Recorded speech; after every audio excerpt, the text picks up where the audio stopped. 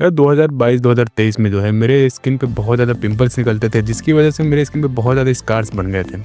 कैसे हमने उन स्कार्स को फिक्स किया और कैसे तुम भी उन स्कार्स को फिक्स कर सकते हो जो तुम्हारे चेहरे पे बन गए हैं पिंपल्स होने के बाद में, ये सारी चीज़ों के बारे में इस वीडियो के अंदर बात करेंगे। उससे पहले हम बात करेंगे टाइप्स ऑफ स्कार और मार्क्स के बारे में।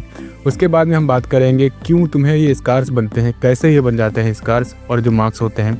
उसके बाद में हम बात करेंगे कैसे इनको फिक्स किया जाए, कैसे ट्रीट किया जाए, क्या ये ट्रीटेबल है कि नहीं है। ये सारी चीज़ों के बारे में तुमको इस वीडियो के अंदर मालूम चल जाएगा। तो सबसे पहले हम बात करते हैं टाइप्स ऑफ स्कार्स और मार्क्स के बारे में। तो स्कार्स के टाइप के बारे में बात करें तो सबसे पहला होता है रोलिंग स्कार, उसके बाद में होता है बॉक्सकार स्कार, उसके बाद में होता है आइस पैक स्कार और लास्ट है किलॉइड। इस तरीके के स्कार जो है स्किन पर बन जाते हैं। तो तुम्हें पता चल गया होगा कि तुम्हें कौन से टाइप का स्कार है। अब अगर ट्रीटमेंट की हम बात करेंगे अभी आगे, उससे पहले हम बात करते हैं मार्क्स के बारे में। देखो, मार्क्स और स्कार के अंदर डिफरेंस होता है। मार्क्स का मतलब होता है निशान बन जाना और स्कार का मतलब होता है स्किन के अंदर गड्ढे बन जाना। जो छोटे छोटे गड्ढे बन जाते हैं ना, उसको स्कार बोलते हैं। और मार्क्स का मतलब हुआ सिर्फ और सिर्फ निशान बन जाता है। अब मार्क्स बनने का सबसे बड़ा रीज़न होता है, सबसे मेन रीज़न होता है डार्क स्पॉट।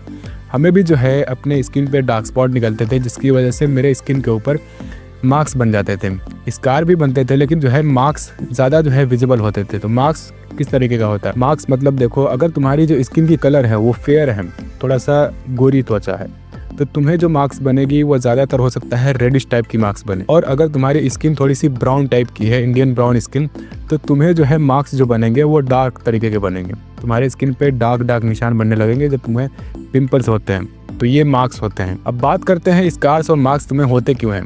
तो स्कार्स बनने का सबसे मेन रीज़न है तुम्हारे फेस पे जो एक्ने निकलते हैं।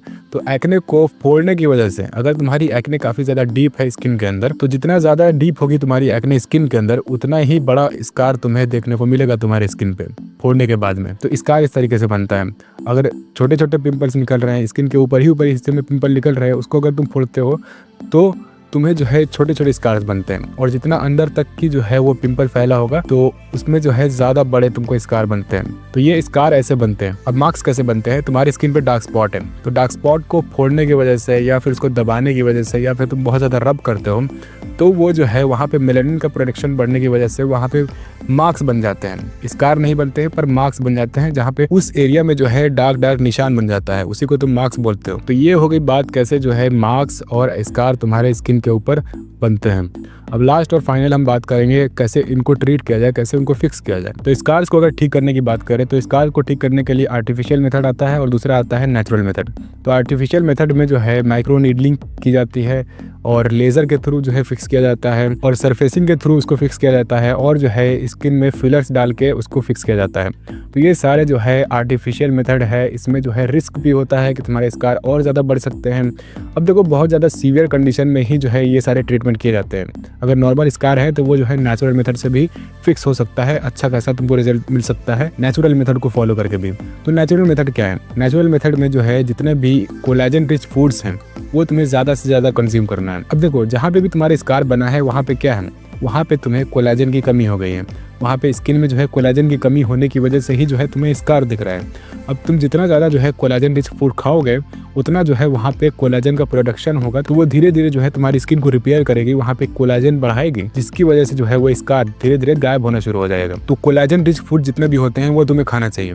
अब कोलेजन रिच फूड में सबसे ज़्यादा फेमस है गाजर। कैरेट से बहुत ज़्यादा कोलेजन मिलता है, तो कैरेट खा सकते हो। और उसके बाद में जितने भी कोलेजन रिच फूड है वो सर्च करके अपने हिसाब से उसको जो है कंज्यूम करो। तो ये तो हो गई स्कार्स को ट्रीट करने की बात। अब हम बात करते हैं कि डार्क स्पॉट को कैसे ट्रीट किया जाए। तो डार्क स्पॉट को ट्रीट करने के लिए तुम्हें जो है अपने स्किन पे एलोवेरा यूज़ करना चाहिए, या फिर कोई भी अच्छा सा एक फेस वॉश तुम ले सकते हो जो तुम्हारे स्किन के लिए सूटेबल हो। तो उस हिसाब से जो है तुम एक अच्छा सा फेस वॉश ले सकते हो जिसमें हार्श इंग्रेडिएंट्स, हार्श केमिकल्स ना हो, नेचुरल हो। उसके अंदर भी जो है नीम हो, तुम्हारा एलोवेरा हो और जितने भी नेचुरल जो इंग्रेडिएंट्स होते हैं वो सारी चीज़ें होना चाहिए।